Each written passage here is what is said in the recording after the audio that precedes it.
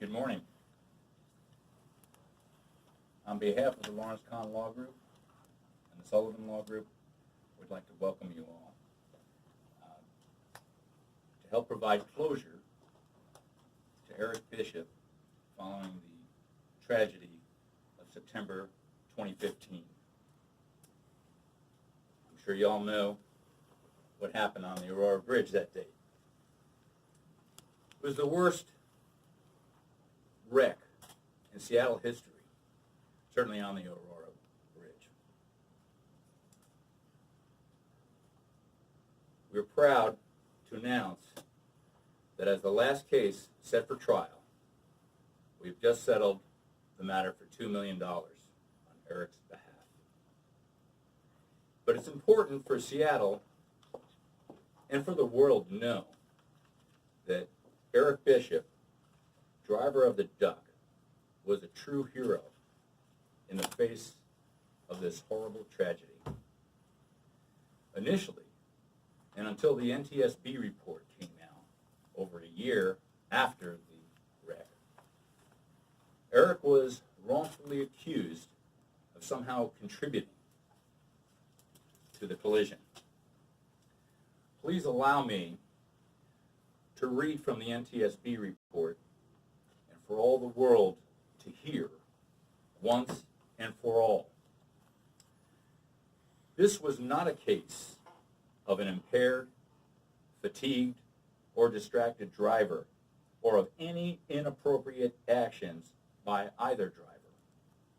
Rather, the crash was due to a mechanical failure on the amphibious passenger vehicle that should have been addressed. This crash is a cautionary tale of what can happen when a manufacturer does not follow established rules about fixing safety defects.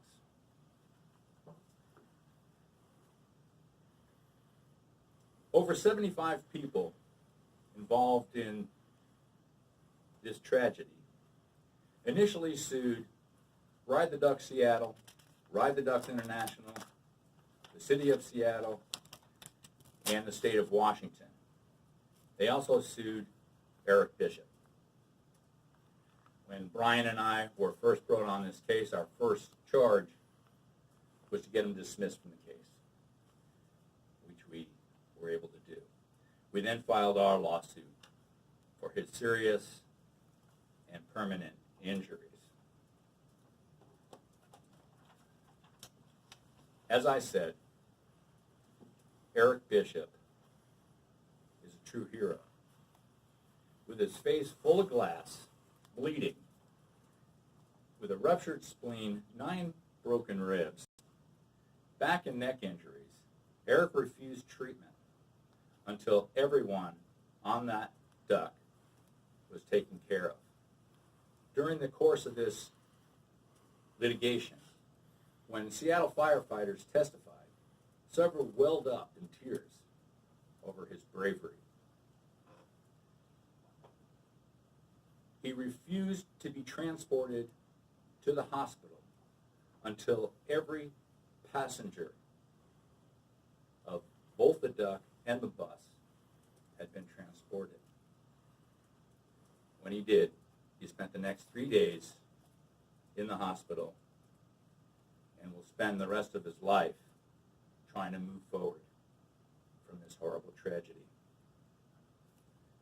We are honored and proud to have represented such a great person under these horrible circumstances. God forbid you're ever in a disaster like this. But if you were, Eric Bishop is the guy you want by your side.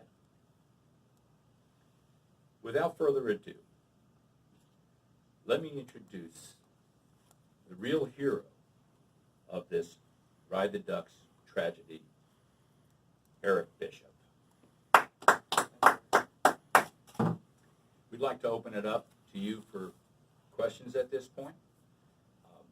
Who'd like to start? Please. Eric, what do you want people to know about what this has been like? I cannot imagine. I can't imagine either. You cannot put it into words. You just can't. It's been sheer hell. every day, I think about what happened, the lives that were lost. If I see a bus, I flinch. I see a semi go by, it's a white wall, it's the last thing I saw before impact. I flinch. I see something happen on the news, another accident, I flinch. And I get this for the rest of my life. But I feel for the victims, definitely. I really do. But it's, you can't imagine, you don't want to. What was it like trying to hold on to that steering? I was basically in the fight for my life, our lives, 37 souls on board. That steering wheel first felt like jello for just about a millisecond, and then when that wheel broke, it was like welded. I couldn't move it. I was standing on the brakes with both hands trying to pull that wheel back to get her to go northbound again, back in the lanes where we were at, and she just did not respond. I did everything I possibly could, and to no avail. Can you go back again, because we're on the subject, when I was thinking about, because I covered it, I was there on the bridge, we saw the wheel off the duck, trying to get an answer from the Seattle police saying, why is there a wheel lying there that's not attached to the rest of the duck? Didn't get much of a clear answer from them when we covered all the NTSB action. I remember some discussion about a bang. What was the first sign that something, before everything felt like jello, what was the first sign that you knew that something was not right? When we go over the expansion joints on the Aurora Bridge, the duck makes a clunk clunk when we hit them, and they make all kinds of strange noises. But there was a clunk clunk when there shouldn't have been. I hadn't hit an expansion joint yet, and that's when I thought that was a little interesting. And then she started to gently drift off to the right, and as I tried to just gently bump her back, I mean, you don't make a fast move in a vehicle. It's just a very subtle move, and the steering wheel didn't respond. And then all of a sudden, that hard left uncommanded turn when the wheel actually folded under. Use the word uncommanded turn. Correct. You're a pilot. Yes. That's an aviation term. So when you look there and you go, when you think about that kind of background that you apparently have, give me a little bit of an analogy there of what you're thinking about when you're going, what can I do, if anything? All I knew is she was headed up to the left, and I did everything I could, tried to bring her back around, tried to straighten her up, and there was just, I was fighting it with every ounce of my body, and she just didn't respond.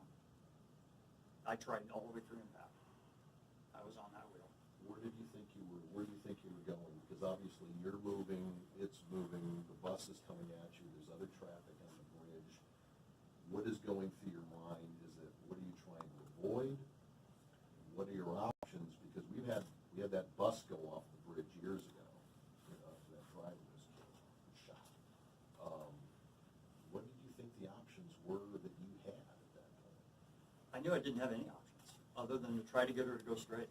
And that was my total concentration, was to get this thing back under control. If I may add just a bit, Eric has repeatedly told the story to me, to all who would listen, that but for that bus and those people who gave their lives, Eric is convinced the duck would have been careening off that bridge as well.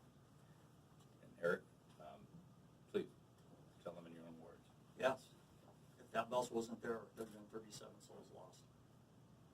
The way the bow of the boat is built, and it was a Jersey barrier, we would have probably gone right over the edge. Actually, no probabilities about it, we would have careened right off.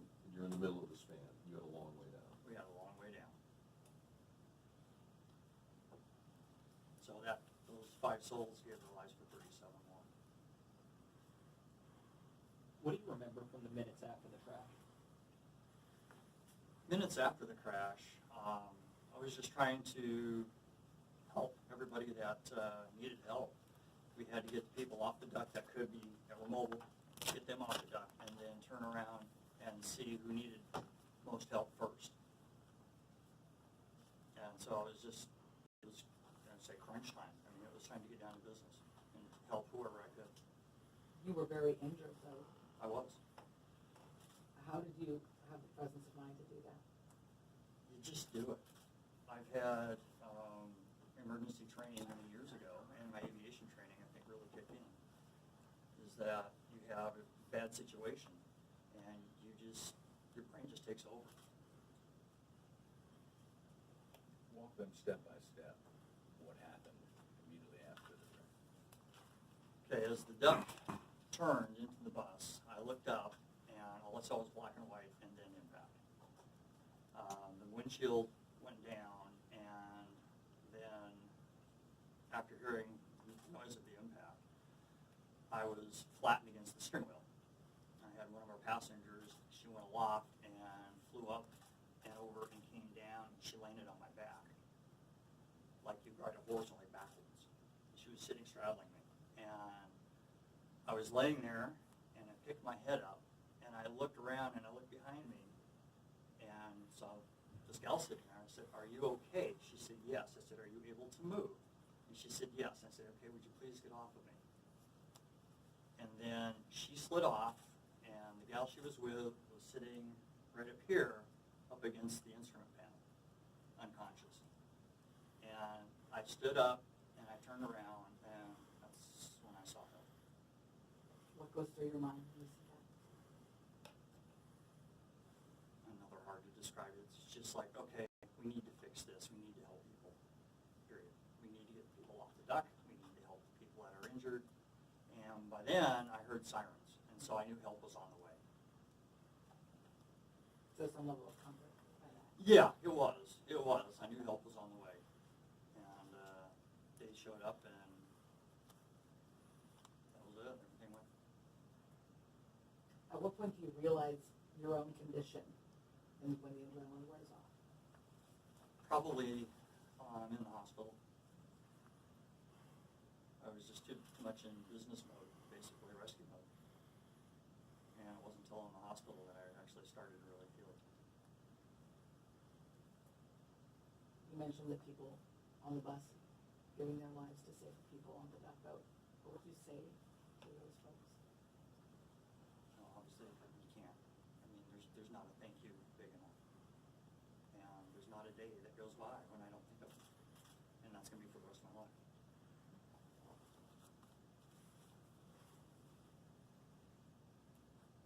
How do you get through this? Are you getting some emotional support, family? Family, friends. I am seeing a gal named Phoebe Mulligan down in Tacoma, and she's been another godsend besides these folks. She's been helping me try to get rid of, especially the dreams. I go through the daily pain. Every breath I take feels like somebody poking me in the ribs, up here in the chest and in the back. My back hurts constantly, my neck, and she is trying to take care of what's up here. And first thing she said, it's never going to go away, but we can try to lessen it as much as we can. Are you able to talk about your experience working at Ride the Ducks and maintenance and any of that? I don't know what your comfort level Yes. is with that. Yes. But when you got behind the wheel of that duck vehicle that day, were you confident you could have a safe tour with those passengers? Absolutely. Absolutely. How long did you work at Ride the Ducks? We started training in May, and April, I think June was literally the first, or end of May, June was the first of the tours going out. So only a few months. And had you ever experienced any sort of problems with the vehicle before this, or no? We had mechanical issues, minor things. We had an axle brake that's inside the axle tube. The tube is what broke on the duck. The axle is the piece of metal inside it actually gives the wheels their power. So when we say axle, you know, everybody thinks it's the whole thing. It's actually the axle tube itself, and then the axle solid piece of steel inside. Had an axle brake. Excuse me. Had a short shaft brake, which is from the engine's attached to the transmission. Transmission's attached to a transfer case. The transfer case transfers power from the transmission to the wheels and also to the propeller. between there was a short shaft about this long, and I had that break and stranded us out in the water. But just minor things, literally. So you believe the boats were safe? Yes. And when you found out the findings from NTSB and the cause of the accident, what goes through your mind? It was a great relief, but it was still why? Why did this happen? Why did this have to happen? It could have been prevented. It could have been prevented. Why didn't somebody do something about this in the first place? It was elation and absolute anger. I was gonna say, how do you feel about riding ducks? Now, well, I'm sure that it's like Glenn would say, there's, it's aviation background. It's like when a disaster happens, everybody pools around it to see exactly what happened and how they can prevent it, and if it happens again, how we can get ourselves out of it. We learn from others. It's a fact of life. And I'm sure the ducks now, after all of this exposure they've had, they're safe. But time will tell. Do you think that they should be on our streets, in our waters? It's a good way for visitors to the city to see the city.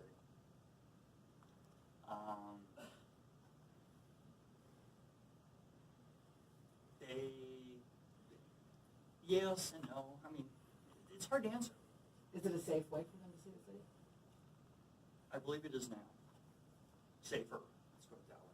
I didn't think they were not safe. Otherwise, I wouldn't have been doing it. When it comes to those safety bulletins and how I did the ducks had them in these folders and some were done, some weren't. When you find out now that the safety bulletin about, the wheels, canting things, that the work wasn't done, what was the disconnect between the work being done in the shop and then you coming to work, inspecting your vehicle and taking off? You had no idea that work wasn't being done. Absolutely no idea. And I would not have taken that thing out for anything. How do you feel about carrying passengers again, after all this has happened and after your airline career? Carrying passengers in a vehicle or an Any aircraft? vehicle, boat, ship, what have you. Myself, I feel good about it. I've had many mechanicals in aircraft, and anything on the ground, you can pull off the side of the road typically and stop. Can't do that in an airplane. Your attorney talked about the criticism you faced after. You felt villainized. What was that like? Again, how do you explain it? How do you describe it? It was, I had a huge target right here. And I knew inside, deep down inside, I had nothing to do with this. I was but a passenger. I knew that. But it was trying to tell the people out there, say, hey, whoa, I had nothing to do with this. And until the NTSB report came out, it's like being on pins and needles. You can't sleep. You just really can't describe it. It's horrific. Where were the something from the media, or what was it exactly? Everybody. Not necessarily my employer, but everywhere else. You hear people talking about the crash, and anywhere you go, somebody's talking about the crash, and well, it hadn't been the driver's fault. And I just had to sit there and just kind of like bite my tongue because I didn't want to be ridiculed in public, let alone have somebody come after me. This wasn't the first time RTDI had lost a wheel on a duck. RTDI could have come out a lot earlier and taken that blame away from her. Let me also add that as part of this litigation, and it's what we do a lot of focus groups, and it repeatedly came up that many folks believed that the driver had some responsibility in causing this tragedy. When you do informal focus groups, just talking to people at parties, that same thing would come up. Quite frankly, that's the prime reason that we're doing this today, to let the world know that Eric Bishop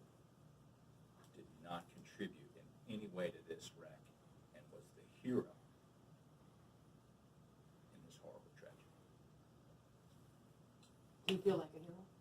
I don't, I honestly don't. I just did what I needed to be done. And look at all the firefighters out there, the medics, everybody. Where do you go from here?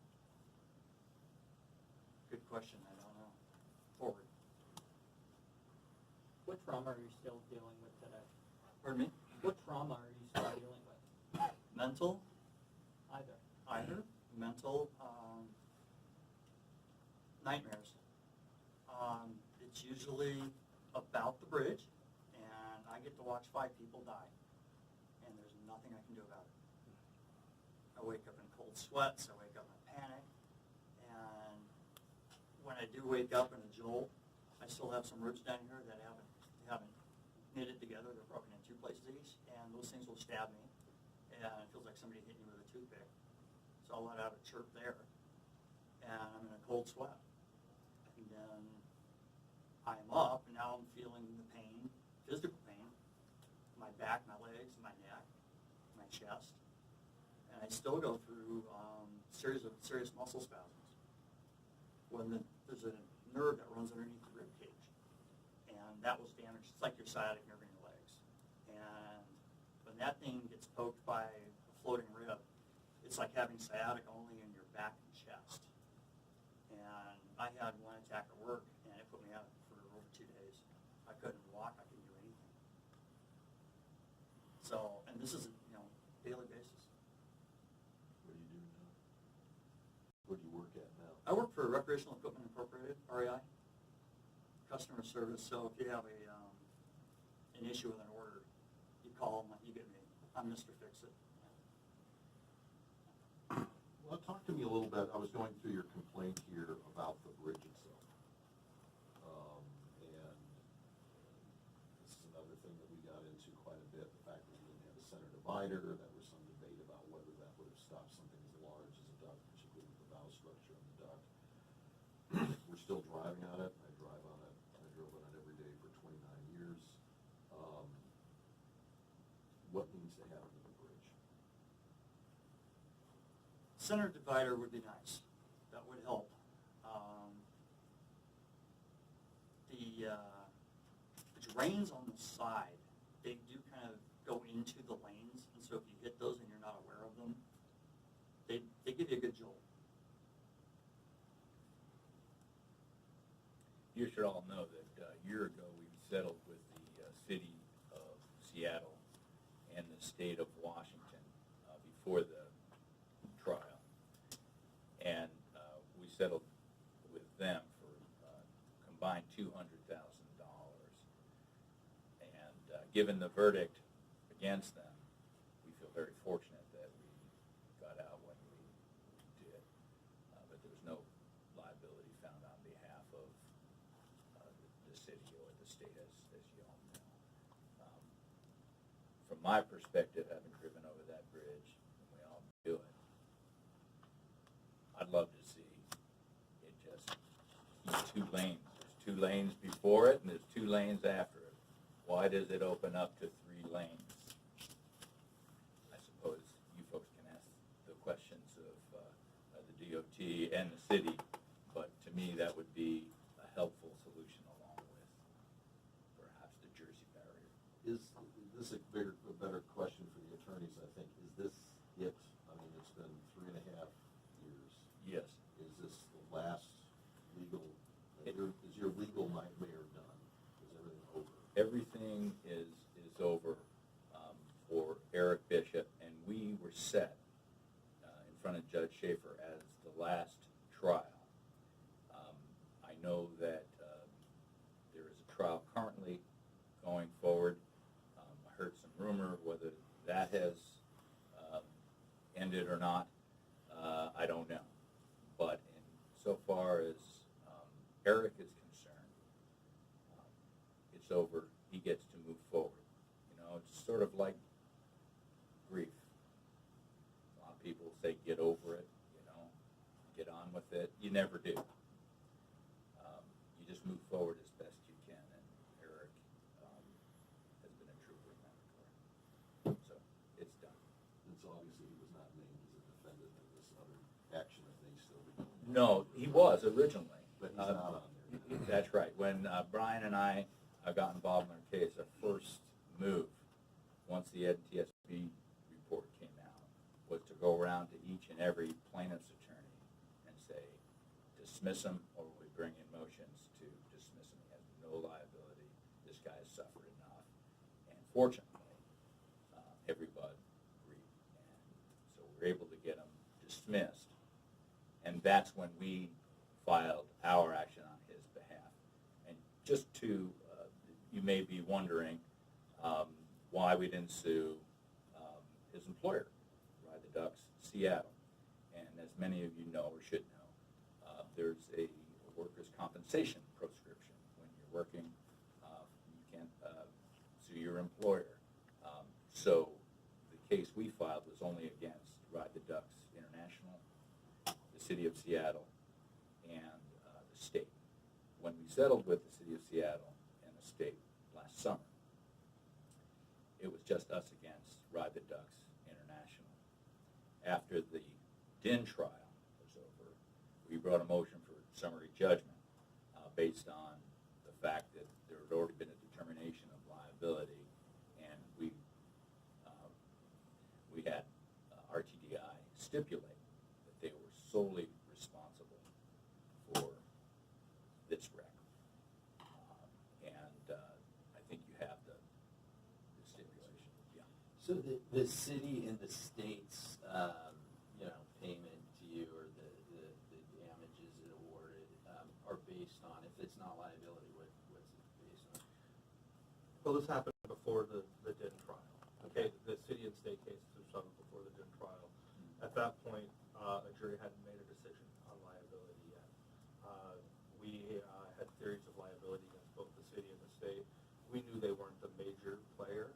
By that point, we were quite convinced that RTDI was the major wrongdoer. But there was definitely a chance of litigation that the city would be found at fault, or the state. And the other thing I wanted to ask, Eric, is, clearly the kind of the feeling out there, the feeling like people were blaming you, it's had a horrible impact, emotional impact on you. At some point, did you feel like you could have come out and spoken, like, hey, I was the driver, and this isn't what happened, or were you advised, either by your attorney or your employer, not to speak? Neither, actually. Granted, I was afraid to show my face in public and let people know that it was indeed me before we had the findings of the NTSB. And, I could state all day long it wasn't my fault, and nobody's going to believe me. And until I actually had the backing of the NTSB, and then it was like, all right, see, it was not my fault. But down inside, I knew it wasn't. It was just, what the blank happened. And now all of a sudden, I'm at the crosshairs. When Eric first called me, he just got the NTSB report back. It just cleared him, but it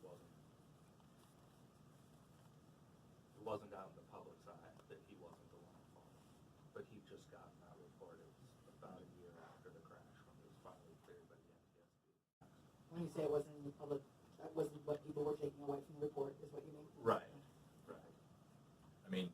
You folks can, and again, we thank you for being here, because I think you're going to go a long way towards setting that record straight once and for all for everyone, that Eric Bishop was in no way responsible. Once that axle broke, he was a passenger. There's nothing he could do, nothing he could humanly do to stop that vehicle and stop what happened. One of the things that came out in the hearing was the fact that our Ride the Ducks International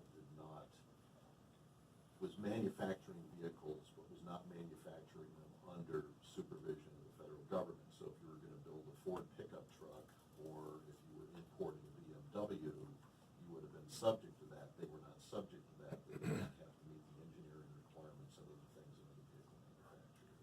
I want to just correct that. They were subject to that. They were, yes, but they didn't, they comply. failed to comply, yes. That was a big part of this for the NTSB.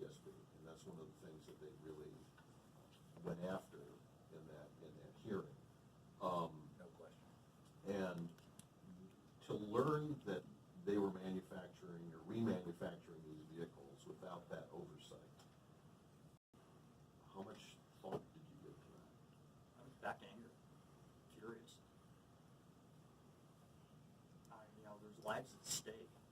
You're manufacturing a vehicle that's carrying passengers, and there's other people on the road out there. So you're endangering my passengers, myself, and other people out there on the road. Yeah, I was livid. I almost couldn't believe it. Eric, what do you need people to know about you? I'm a good guy. I am. I'm genuinely a good guy. And with this kind of an event happening in my life, it turns you upside down. And I'm trying to get right side up again, and I've got, say, great help here. Not only are my counsel, but they're also my friends. But I'm a good person. I've done a lot of volunteering in my life. Anybody needed help to move, I was the first one to raise the hand and say, when are we doing it? I'm there. And always trying to help people. But now it's almost the other way around. With my injuries, something's on the floor. I have to squat down to pick it up. I can't bend over to pick it up. Every breath I take reminds me of this. Every move I make. And so I'm rebuilding myself. And like I say, I go to the mountains to get lost so I can find myself. What's it like to finally share your story? It's a big weight off my shoulders. To some extent, it is. This will always be with me. Every living moment, it will be with me. But to have the public out there know, I did everything I could to prevent this from happening. I did everything possible. Eric, do you drive on the bridge? I have driven over it once, round trip. You purposely avoid it. Well, yeah, I purposely avoid it, but I'm down in Sumner, so. So it doesn't really come up as an. Yeah, if I have to drive over it, I will. It's part of the healing process for me, I would think. And then having your story heard, settling this lawsuit, how is that going to help you move forward? How is that going to, is it going to help with the nightmares? Is it going to help? I don't think it's going to help with the nightmares. I honestly don't. It's eventually, things are going to settle down, but I'm going to have it for the rest of my life. And no matter how good Phoebe is, and she's awesome, and she said, you're going to have this for the rest of your life. We're just going to try to minimize it. But I just have to keep moving forward. You said you've ridden across the bridge once since. Yes. What was that like? It was, the hackles on the back of my neck went up. It was hair raising. And I just said, got to do it. And I did. It's one of those things where, if you walk through fire and then to the side, you're going to be fine. Well, you walk through that fire, otherwise, you're going to burn, right? But it was intense.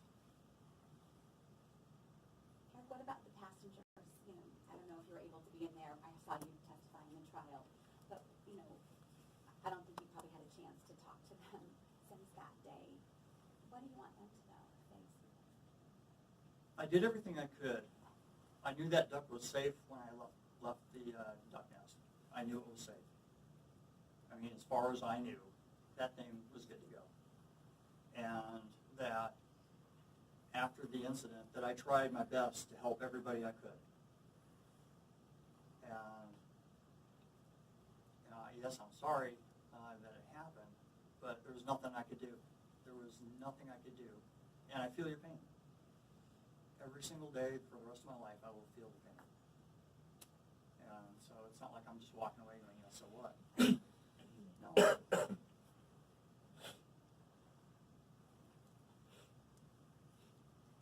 Anything we didn't ask you that you thought we would or that you want us to know? It's up to you. Anybody? One of the things, maybe, if I might, you might want to ask him about what his life was like before, how much time he spent outdoors, and the kinds of things he did. That's why we put many of these pictures up, so you had a sense of who Eric was and what he's lost in many lawsuits as trial attorneys. We try to describe for the jury not necessarily what's been taken, but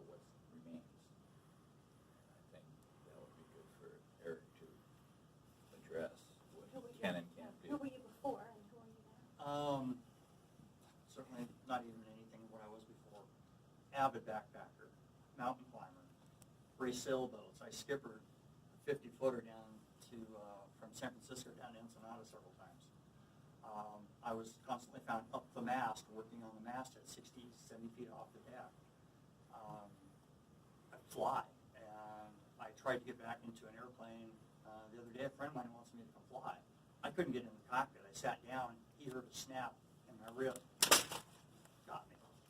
And so I've always wanted to fly, and I've been flying for, I've got like almost 4,000 hours of flight time. But now that's all been taken away. Like I said, people were going to move. I'm the first one to volunteer to say, hey, let's do this. I can't do anything now. And, you know, all of these adventures, I have pictures, but I can't be up with a 60-pound pack on my back up in the mountains, in the enchantments. I got a chance, and I won part of the lottery. My friend said, hey, we're going up to the enchantments. Why don't you come with us? I wish. I sit in the car with the seatbelt on the passenger side. I have to hold it away from my chest because it hurts. How do you spend your time? Like when you go home from here or when you go home from work, do you read or what do you do since you can't do all this?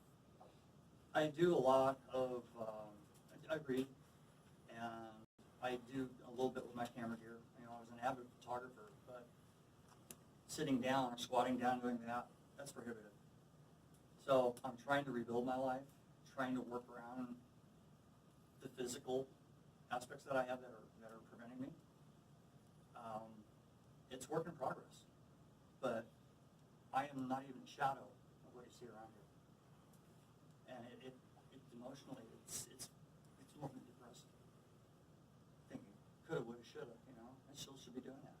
But because of somebody's arrogance and ignorance, I'm not. How old are you? Can I ask you that? Absolutely. 58. Lots of years left that you could have been doing that. Yeah. I summited Mount Rainier after my 40th birthday.